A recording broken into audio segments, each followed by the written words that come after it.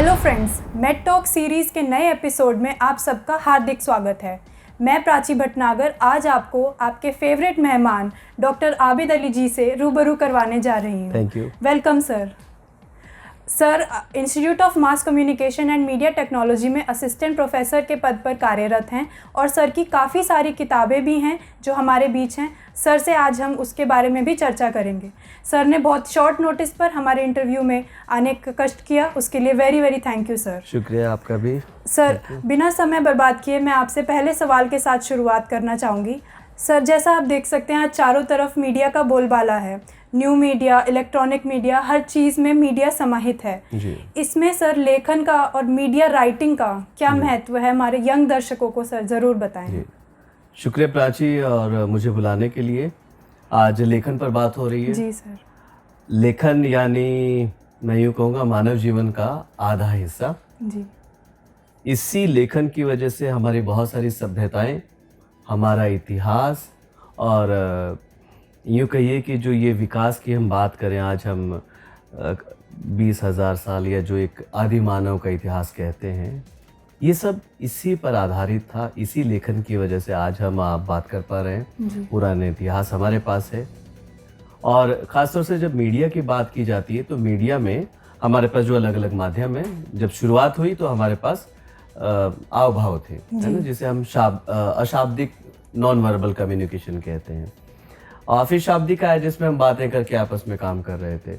लेकिन ये चीज़ जब दूर हो गए, हम आप अभी नज़दीक होकर बात कर रहे हैं, लेकिन यहाँ से आप 100 किलोमीटर 50 किलोमीटर दूर है तो मैं आपसे कैसे संपर्क स्थापित करूँ। फिर हमने साउंड का इस्तेमाल किया। साउंड के बहुत दूर तक 2 किलोमीटर तक कोई आवाज़ लगाकर, चीख कर या कौवे की या इस तरह की पक्षियों की आवाज़ें निकाल कर कोड भेजना मिलिट्री में आज भी इस्तेमाल होता है ना। तो ये सब चीज़ें चली। ऑथेंटिसिटी की जब बात आई कि पुख्ता जब चीज़ें हों तो फिर लेखन का जब आविष्कार हुआ, फिर हमने जब लिखना शुरू किया, चीज़ों को संभाल कर रखने की जब बात आई, प्रिजर्व करने की बात आई, तो हमें एक ऐसे माध्यम की ज़रूरत पड़ी कि आज, क्योंकि मानव का दिमाग वो हमेशा याद नहीं रखता उस चीज़ को, है ना। फिर हमारी मेमोरीज की जब बात करते हैं 2 दिन तक याद रहती हैं, देखी हुई चीज़ हमें 10 दिन तक, फिर जब हम खुद कर लेते हैं प्रैक्टिस में तो वो लाइफ टाइम हमारे अंदर चली जाती है। तो ऐसी बातें, ये सब एक्सपेरिमेंट हुए और धीरे धीरे इंसान ने सीखा।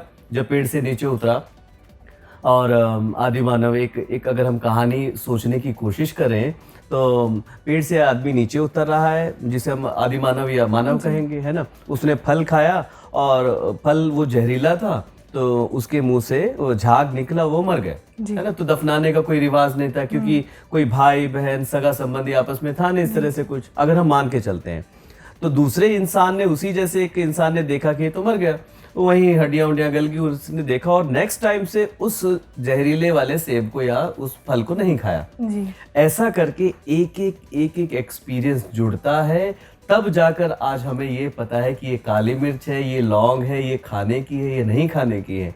और देसी गवार पाठा जिसे हम एलोवेरा कहते हैं, उसकी 400 किस्में हमारे बीच में है। ये सारा अनुभव जब इकट्ठा हुआ तो हम तक कैसे पहुंचा, है ना। श्रुति माध्यम इंडिया में फेमस है कि हम जनश्रुति के जरिए से बोलकर अपनी बात पहुंचाते थे, लेकिन पुख्ता सबूत के लिए फिर ये जब हमने सोचा कि अब ऐसा माध्यम जिसको हम लिख कर रख सके, आने वाली पीढ़ियों के लिए कामयाबी मिले, तो फिर हमने वो भीति चित्रों का इस्तेमाल करते करते आगे बढ़े और फिर शाब्दिक चीज़ें आई हमारे बीच में, लेखन सीखा, कुछ कोड वर्ड्स आने लगे और दूसरी शताब्दी के बाद करते करते हम लोग 14वीं शताब्दी एक ऐसा वक्त आया जब गुटनबर्ग ने लेटर प्रेस मशीन निकाली और उस मशीन में अब एक था कि हम एक साथ कई हजार लोगों तक या कई सैकड़ों लोगों तक दूर रहते थे, वहां तक जो मैं कहना चाहता हूं वो बात एग्जैक्टली वहां तक पहुंच जाए। मकसद ये था।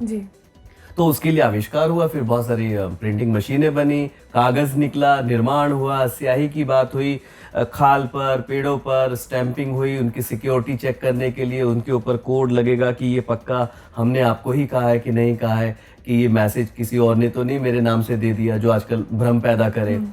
तो ये सब चीज़ें आई धीरे धीरे, जैसे जैसे जिसकी आवश्यकता पड़ी और काम हुआ।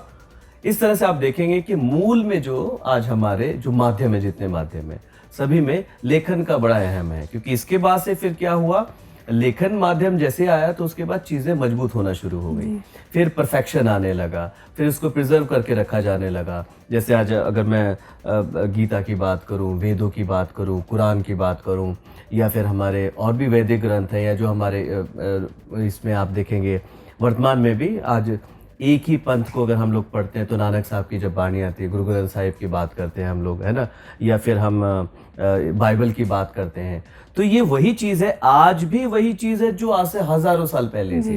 बिकॉज ऑफ इस राइटिंग की वजह से जो लिखा, आपने उसको इतने सिंसियर ढंग से उसको समझा और लिखने की कोशिश की, सेम बना रहा। तो इस तरह से लेखन को आप महसूस करें कि मानव समाज में, मानव सभ्यता के लिए लेखन का कितना महत्व है।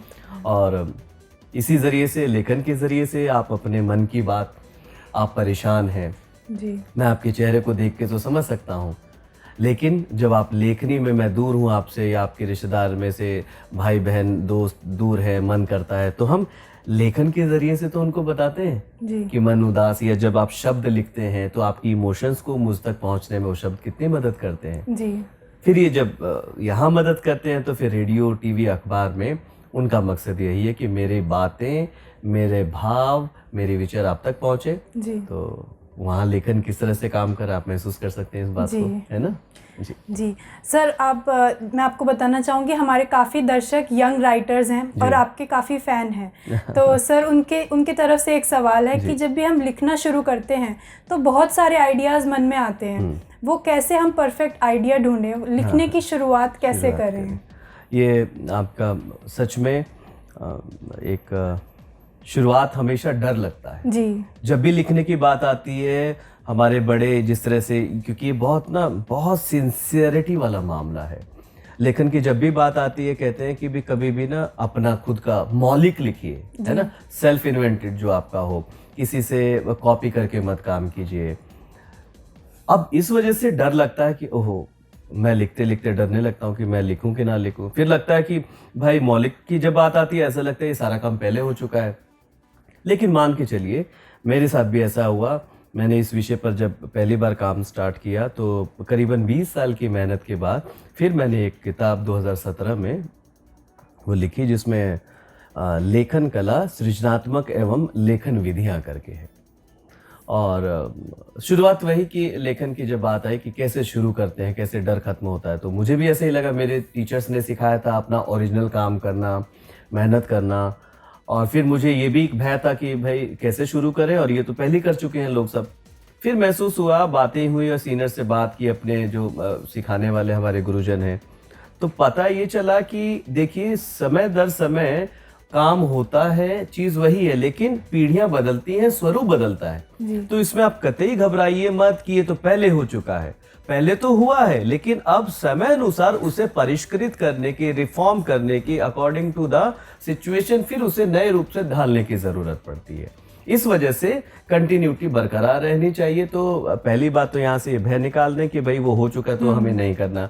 उस चक्कर में हम कुछ नया ढूंढने लगे और नया कुछ मिले ना तो गड़बड़ हो जाएगी, है ना। सृजनात्मकता की जब बात आती है, क्रिएटिविटी की बात आती है, तो लगता यह है कि जब आपके अंदर सभी भाव हैं, आपके अंदर इमोशंस हैं, आप मानव समाज में रहकर लोगों की भावनाओं को समझते हैं, समाज में क्या हो रहा है आपकी आंखें खुली रहती हैं, समाज में, देहात में, आसपास क्या हो रहा है आपके कान खुले रहते हैं, आप आर्थिक, सामाजिक, राजनीतिक हर माहौल में एक नज़र बना के रखते हैं। आप कहेंगे कि इतना मुश्किल काम कैसे? ये बस इतना है कि आप एक सिस्टम बनाएंगे तो आप देखेंगे आप ऑटोमेटिकली सब जगह आपकी नज़र होगी, और जब नज़र होगी तो आपको बहुत सारे विचार आते हैं जी, है ना। उस विचारों में एक चीज़ की ज़रूरत है, क्या ये समाज के लिए बेहतर होगा, क्या ये मानव हित में है, क्या इससे मैं क्यों करना चाहता हूँ, सिर्फ अपना नेम फेम के लिए, सिर्फ अपनी बड़ाई करने के लिए कि मैं एक लेखक हूँ, या इसे सिर्फ कि किसी के नोट्स के ज़रिए से कि भाई हम किताबें लिखे नोट्स बन जाएंगे, किताबें छप जाएंगी, या इसके पीछे मूल उद्देश्य समाज की, राष्ट्र की निर्माण की बात हो, भलाई की बात हो, सौहार्द की बात हो, उनका ध्येय उद्देश्य बना के चलेंगे तो बहुत सारे आइडियाज में से कुछ छटकर आइडिया सीधे से आपके सामने खड़े हो जाए आकर कि आप मुझ पर काम कीजिए, है ना। तो विचार उत्पत्ति से आप शुरू करें, और विचार उत्पत्ति के लिए आप बस यही कि समाज में एक नज़र बना के रखें, आज इस जगह क्या हो रहा है, राजनीति में क्या हो रहा है, पहले क्या था, तो कुछ कुछ फैक्ट्स जो हम सुनते भी हैं, कहीं से सुना, उसे क्लियर कर रखें कि ये सही है कि गलत है।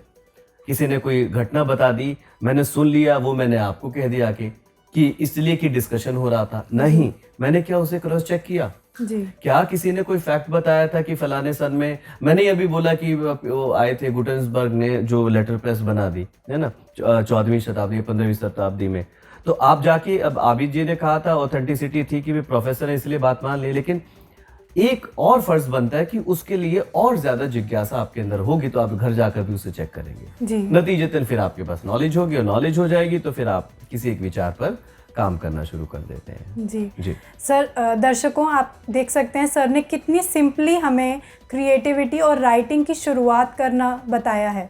सर इसी के साथ मैं अगले सवाल की ओर चलना चाहूँगी।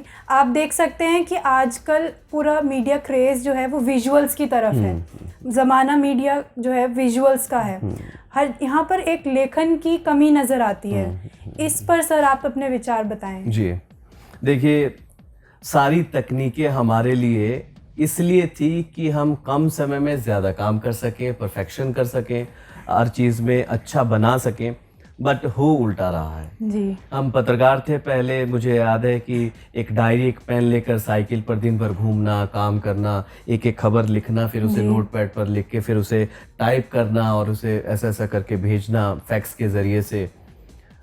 अब टेक्निक आ गई और कंप्यूटर की, व्हाट्सएप के ज़माने की, कि यहीं से मैंने टाइप की, वॉइस टाइपिंग की, मेरी खबर चलेगी। जी।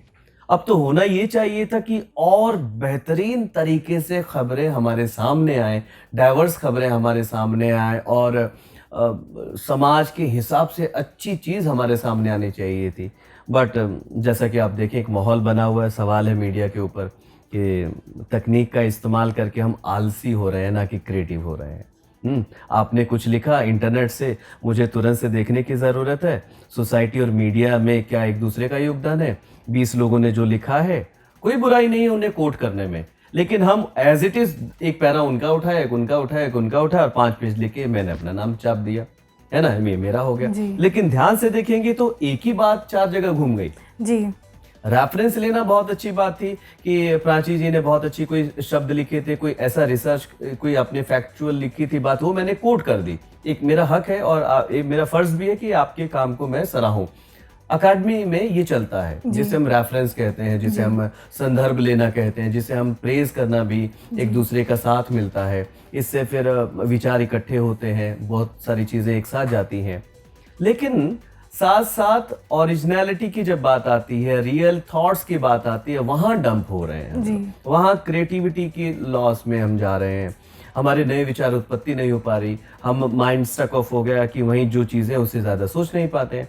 तो इस तरह से यहाँ मुझे लगता है कि जो लेखन में जो कमी नज़र आती है उसको पूरा करने के लिए हमें, आज देखिए माध्यम इतने हो गए हैं, यूट्यूब पर आपको डबिंग करने के लिए वो लिखना है, ब्लॉग्स पर लिखना है, कार्टून पर डबिंग करनी है, फिल्में हैं, वेब सीरीज, हर जगह तो लेखन है जी। और सारा बेस ही लेखन है। जी मैंने एक अच्छी स्टोरी बनाई है, थॉट्स आपके बने, आपके विचारोत्पत्ति हुई, आपने एक कहानी दिमाग में क्रिएट कर ली, जैसे अब थिएटर ऑफ माइंड कहते हैं हम। एक मैक्सवेल की वो किताब है जिनका नाम है वो, उसमें एक कोट आता है, साइबरनेटिक्स करके किताब है ना, साइको साइबरनेटिक्स।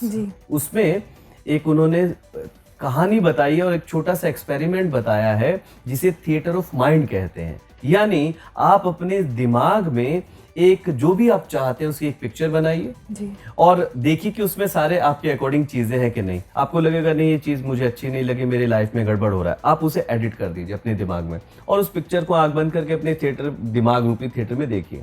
आपको क्या लगेगा, वो जब आप पिक्चर क्लियर नजर आने लगेगी आपको, तो समझिएगा वो आपके साथ घटना शुरू हो जाएगा। यानी आप खुद की क्रिएटिविटी अपने थिएटर ऑफ माइंड के जरिए अपनी पिक्चर बना सकते हैं। उसी तरह से वो जो विचार उत्पत्ति है, घूम कर जब आती है वो लेखनी पर आती है। जब बढ़िया से मैंने उसे लिख लिया कागज पर, फिर मैं उसमें एडिट करके ड्राफ्टिंग करके उसको और अच्छा परिष्कृत कर दूंगा, और जब लिख देता हूं तो उसके बाद उस पर फिर विजुअल बने, ग्राफिक्स बने, एनिमेशन बने, या फिर आपका फिल्म बने, वेब सीरीज बने, जिंगल्स बने, कुछ भी काम करें मीडिया के जितने फॉर्मेट्स हैं सब फॉर्मेट्स पे वो सक्सेस हासिल होती है। तो बहुत ज़्यादा लेखन की जो कमी है वो बुरी बात है। आज सारे फील्ड खाली पड़े हैं, हमारे पास हर रोज़ फ़ोन आते हैं, एक कंटेंट एडिटर चाहिए, एक कंटेंट राइटर चाहिए, एक कंटेंट रिसर्चर चाहिए। तो मेरी तो यही है कि भी लेखन में अपना इंटरेस्ट बनाइए, और वो इंटरेस्ट मज़ा आएगा आपको काम करके, है ना। प्रमोट अगर अपनी बात कहूँ तो भाई मेरे पास एक छोटी सी किताब है जिसका नाम है लेखन विधाएं, लेखन कला करके प्राची, उसमें सृजनात्मक और जो जर्नलिस्टिक राइटिंग है उस पर काम किया है। मकसद यही था जब लेखन की बात आती है तो आप शुरुआत कहाँ से करें, कि जिस तरह से उसमें आप किताबों में कुछ कुछ मैंने बताया है, कभी वक्त लगे तो देखिए, उसे पढ़ें तो आपको चीज़ें अच्छी लगेंगी जी। अब दर्शकों, आपकी जो फेवरेट बुक है visual story telling the new art and techniques जो सर ने लिखी है, उसके बारे में हम सर से जानना चाहेंगे। सर, हम वो किताब बहुत फेमस है और हमारे सभी दर्शक उस किताब के बारे में जानना चाहते हैं, उसके बारे में ज़रूर बताएं सर। जिस तरह से हमने शुरुआत की थी, मैं और मेरे जो साथी हैं डॉक्टर भारत, इस वक्त मेरे ऑथर साथ में को ऑथर हैं, हम दोनों लोग स्कॉलर हैं हमारे डिपार्टमेंट से।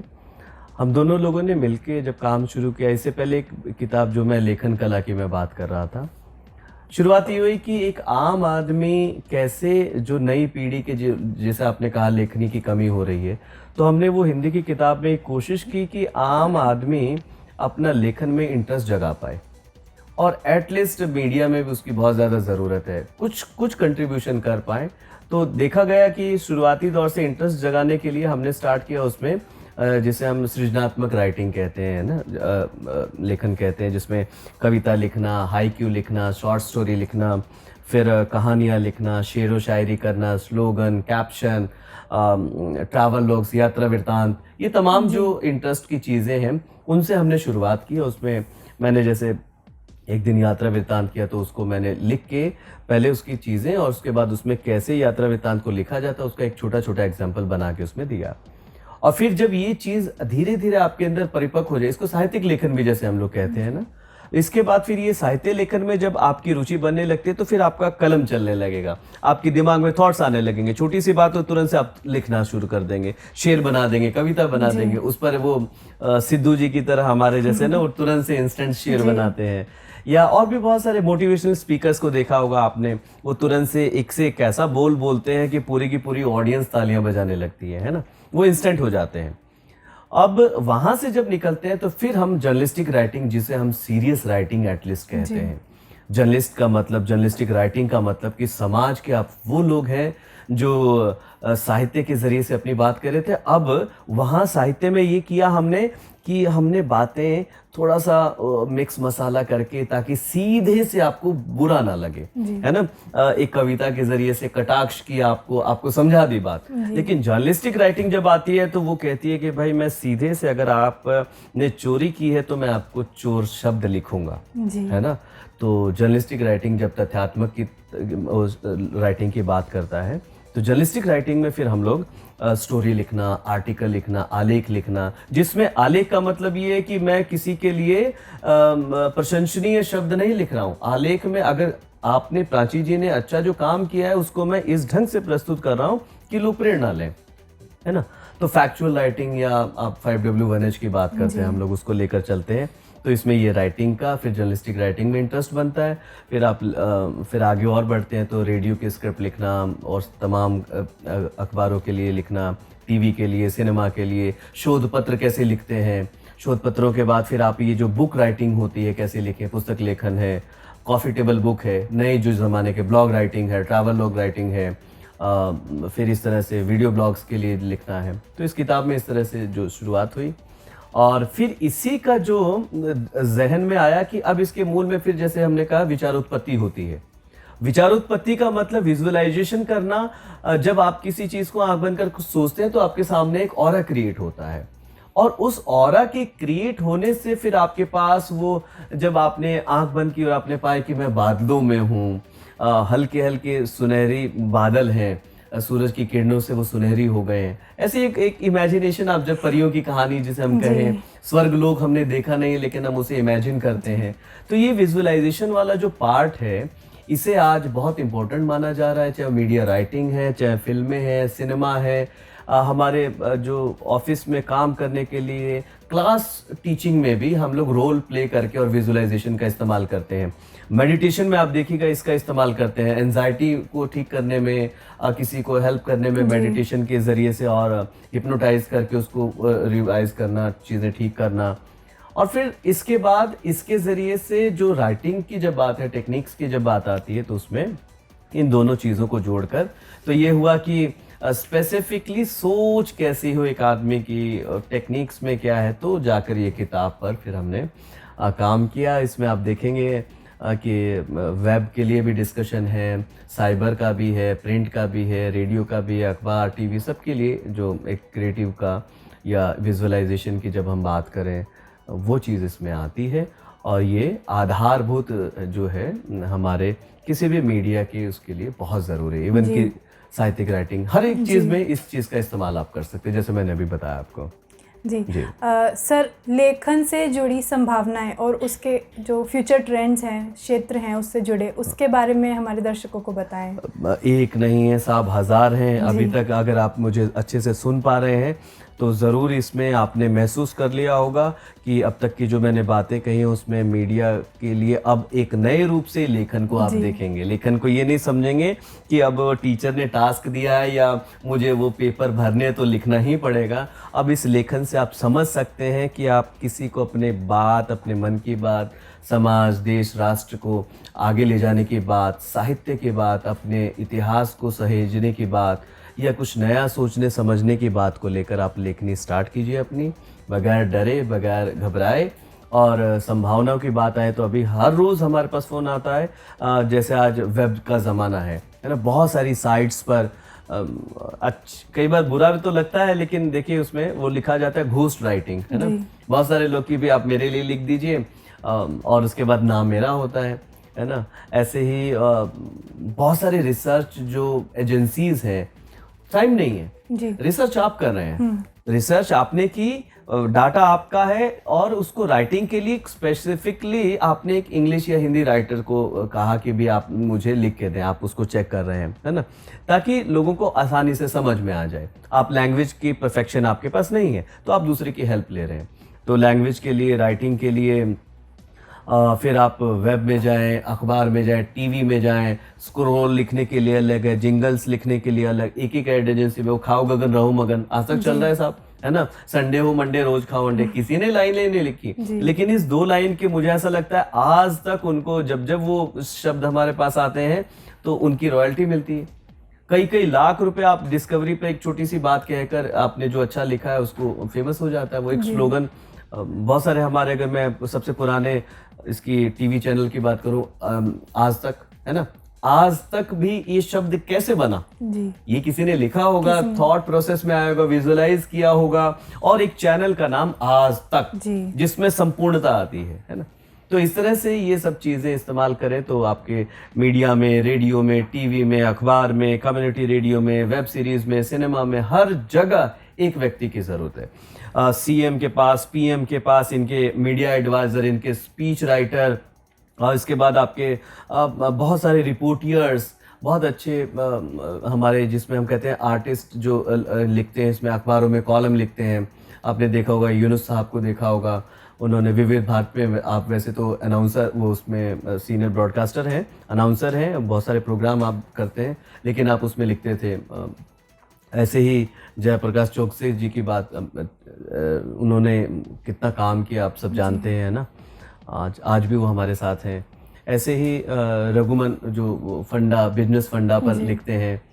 तो बहुत सारे ऐसे नाम हैं जिनको देखकर हर रोज लिखना, हर रोज सीखना करना, बहुत सारी अपॉर्चुनिटीज हैं। अगर आप शुरू करें लड़कियों के लिए खास तौर से घर बैठे बैठे आप राइटिंग का इतना काम है कि बहुत सारे लोगों की टाइपिंग में ही कन्वर्ट करनी, बहुत सारी किताबें, अब नए जमाना आ गया डिजिटलाइजेशन का, पुरानी किताबों को कन्वर्ट करके उनको टाइप करके दोबारा से लिखना और उनको नए ढंग से जो मुश्किल भाषाएं थी उनको इजी करके रीराइट करना, ऐसे बहुत सारे काम हैं, बहुत स्कोप है।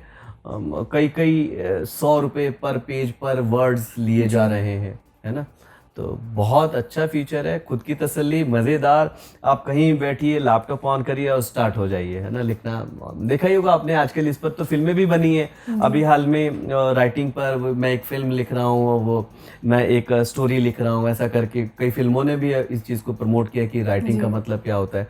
बुक राइटर्स के लिए किया है, स्टोरी राइटर्स के लिए, स्क्रिप्ट राइटर्स के लिए फिल्मों ने कई प्रमोशन में अवेयरनेस दी है राइटिंग को लेकर। तो आइए, सब लोग का स्वागत है जी। ना?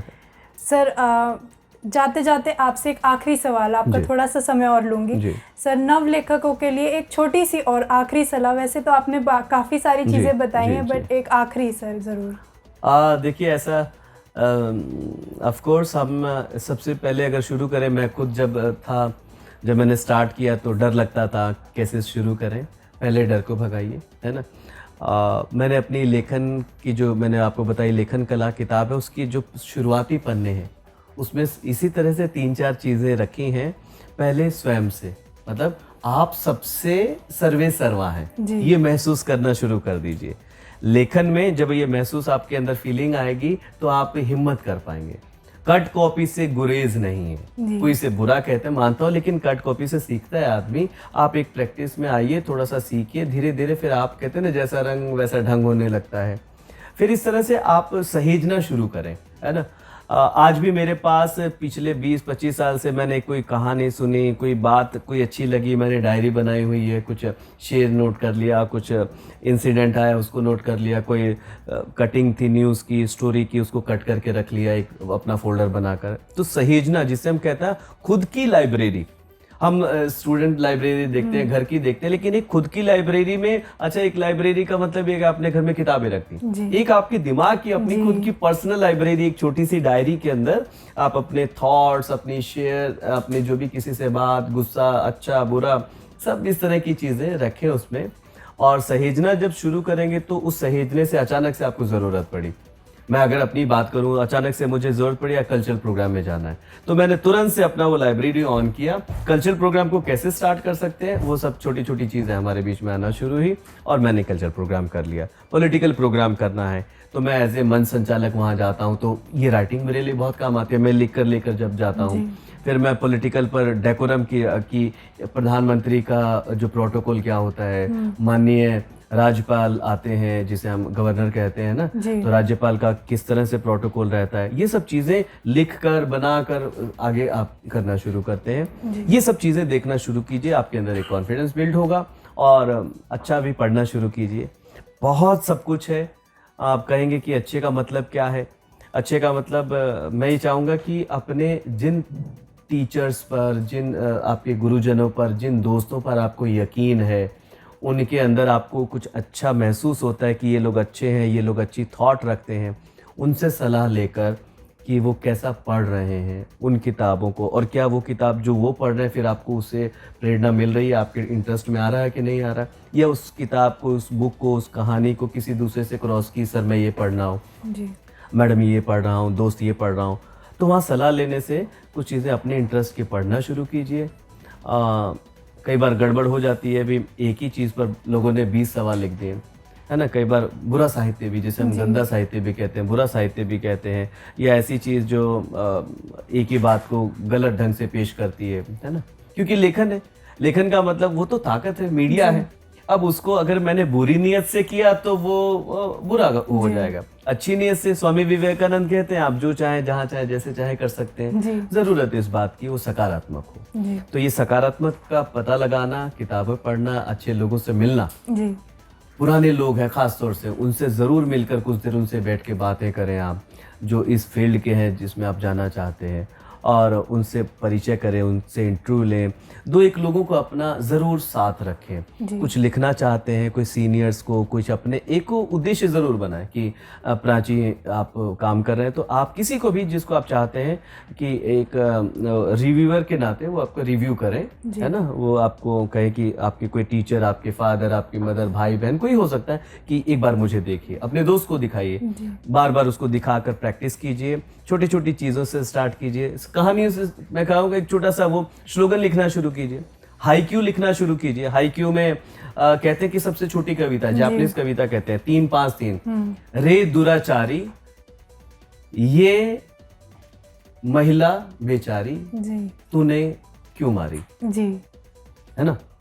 इस तरह से कहते हैं, रे दुराचारी जननी हमारी तूने क्यों मारी, या ऐसे हाईक्यू लिखने की कोशिश की हमने। फिर छोटे छोटे स्लोगन लिखे आप इस पर, शेर व शायरी करें, कविताएं लिखें, जिससे लोगों को अपनी बात रख सके। कोट लिखना शुरू करें और देखेंगे आप धीरे धीरे फिर आप सिंसियर होते चले जाएंगे। फिर आप मेहनत करना शुरू करेंगे तो और बहुत सारी चीज़ें आपसे जुड़ेंगी, जी, है ना। एक अच्छी कलेक्शन आपके पास होनी चाहिए। इसी के साथ दोस्तों आज हम इस इंटरव्यू को यहीं तक सीमित रखते हैं। आशा करते हैं सर दोबारा हमारे पास अपना समय निकाल कर आएंगे और हम आपसे अब अगले एपिसोड में मिलेंगे। धन्यवाद। Thank you.